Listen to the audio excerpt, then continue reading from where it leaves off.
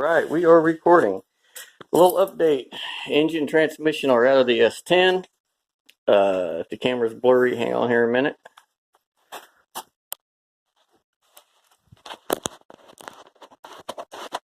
My grandson plays with my phone. There we go, a little better. We get to grind your fingerprints from the 2-year-old off of it.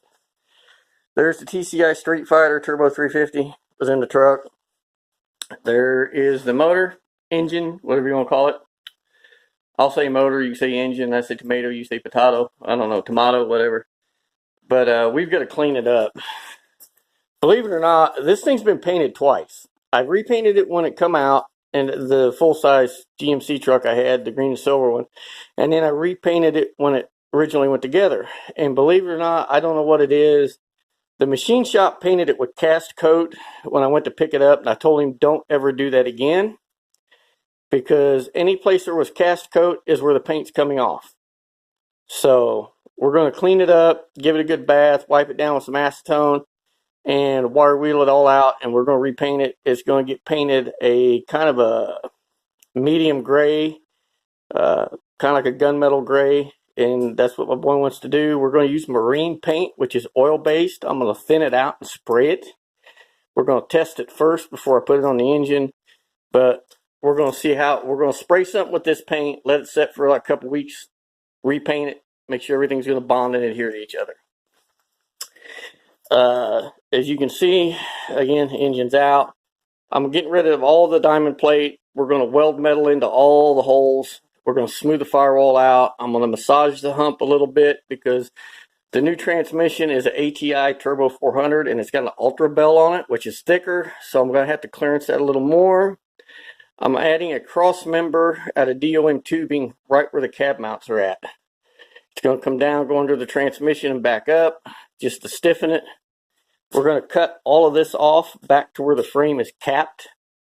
I'm going to cut these completely off. We're going to put a new piece of tube and rebuild all this. And I'm going to build a new core support out of tubing for it, so I can mount the radiator a lot better this time around, because the radiator I use is actually for a 70 to 72 K30. It's a big 4-row. It's got 4 rows of 5/8 tubes. It's a big, thick cord radiator. But it cools, it works. The damn thing will cool anything you put behind it. Here's where I cut the cross member out on the engine. I cut this out way more than I needed to. And yes, it's offset because the engine sets offset. The engine doesn't sit square in here. It sets offset. That's a total 9 inches in width. I couldn't tell you how far it was side to side, but I think it's like 4 and 5 or something like that. This piece here is actually about 1 inch high. And I could have cut it clear back to here and been fine. Just barely the front corner of the pan sump sits right here. So we're going to clean this all up. As you can see, there's where the exhaust dumps. There's where I talked about, I think, in a couple of videos where I heated and beat the frame in. I did this with the engine in the truck. So, and I cut that little part out so I could turn that collector flat and that bolt and have access to it.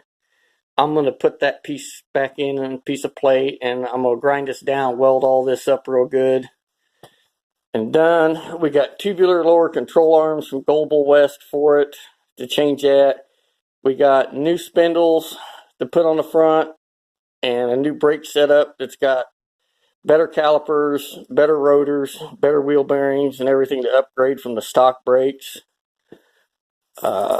Manual brake setup. Here's the master cylinder, backing plate, gasket, push rod, and so forth. I got that from a company called manualbrakes.com.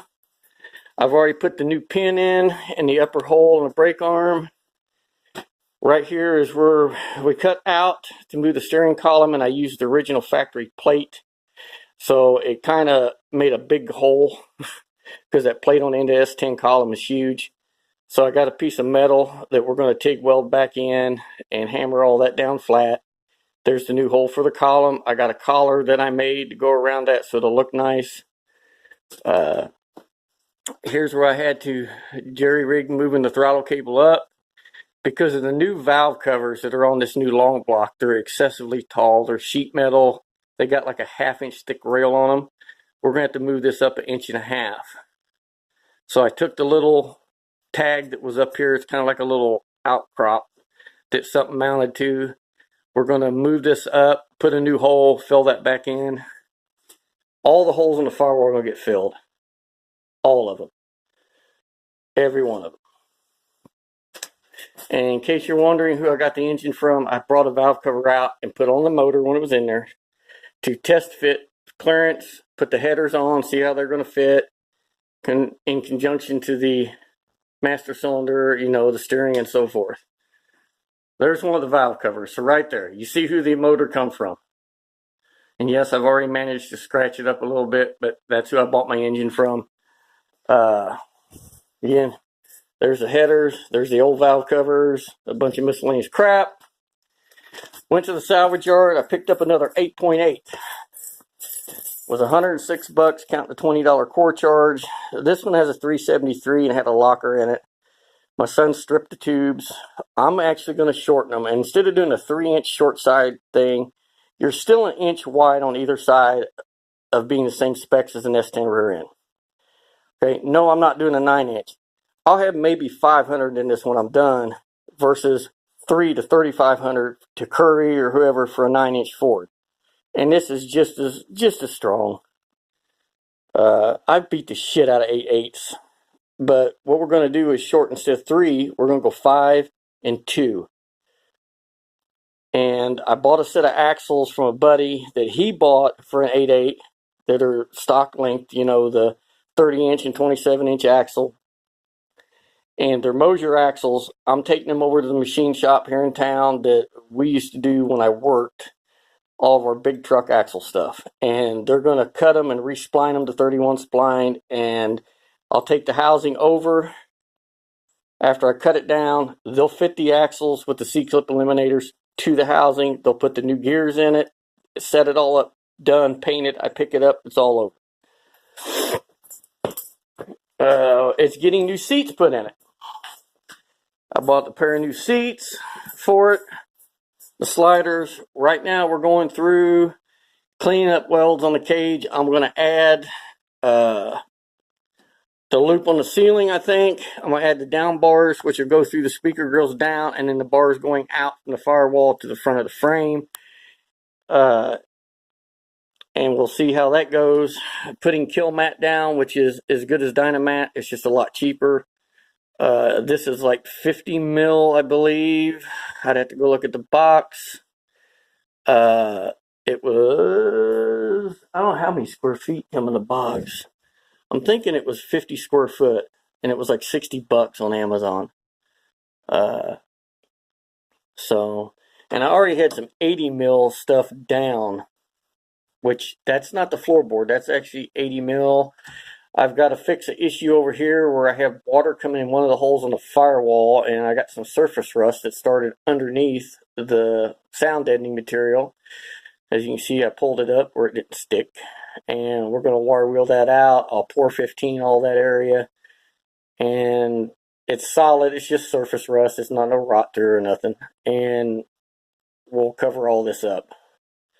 Dash is staying in. The door panels, I removed the door handles where they come out, and the outcrop for the door handle and the pocket on both door panels, and I put, it's 062 thick diamond plate. I bought a sheet that was 2 foot by 4 foot. It was like $32 or $36 for the sheet, and polished on one side. And I cut the pieces, fitted them into the door panels. When I cut the part out of the door panel, I left a 1/2-inch lip all the way around, put it in there, and riveted it through the door panel. I'll put a handle on there so I can shut the door. That way I keep my door panels, I keep my seals up here at the glass, and I get to keep my locks and everything. Because I am going to drive this on the street too.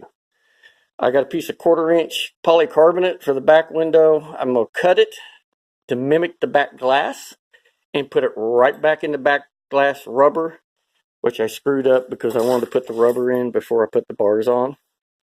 They're already welded solid. I'm not going to cut them. I'll just cut the rubber in the middle, and I'll find a way to bond it back together. I know when I put it together, it's going to try to pull apart. So I'll either weather strip adhesive it or staple it like you do the staples that you use up here on the door, the heavy stainless ones. Staple it to hold it together, and then we'll just do a little silicone on it, black, and you'll be fine. I'm going to kill mat the ceiling, so there goes my sticker bombed ceiling. But I want to get rid of the noise in the cab. Exhaust is probably going to exit here, because when we took it out of the garage, it spun and it come over against the door, and this clipped the end of the knob on the vise coming out the garage up front. So real nice little dink in there, but that's probably where the exhaust is going to exit anyway, off the turbos. So turbo built-in muffler. But that's about all that's going on. I've got my grandson quite a bit, so it's hard for me to get out here during the day and do anything. But that's the basis of what we got done. My son's truck's going to come in here next to it. As soon as we get this cleaned up and finish his engine compartment, we're going to drop the engine in his truck and work on both of them. Again, the wife got me a video camera. I've now got SD cards and everything, and I've got the stuff to upload to the computer so I can use it to film real-time videos from now on, instead of before I'm going to do this or after I've done that. So we'll go through it step by step. We're going to twin turbo this bastard. It's going back big block, but I'm not going to say how big the engine is till I'm all done. So I'll just tell you this: it's bigger than the 454 and it's smaller than the 632, and we'll leave it at that. But I spent a big chunk of money on the long block assembly. So, you know, you want to go fast, it costs money. This will probably be the last one I ever build at my age. It most likely will be the last one I do. So I'm going to do it the way I want this time. Me and this little truck have been together since 1995. I've owned this truck, the body, since 95. The chassis is a 98, but I like the later frames because they're boxed back further. But me and this little truck have been together for a long time. So, had this truck longer than I've had my kids, longer than I've had my wife. So, we've been through a lot. So, I won't get rid of it. Most people, it's just a pile, it's a heap, but to me, it's got meaning. So, anyway, that's all we got going on now with it.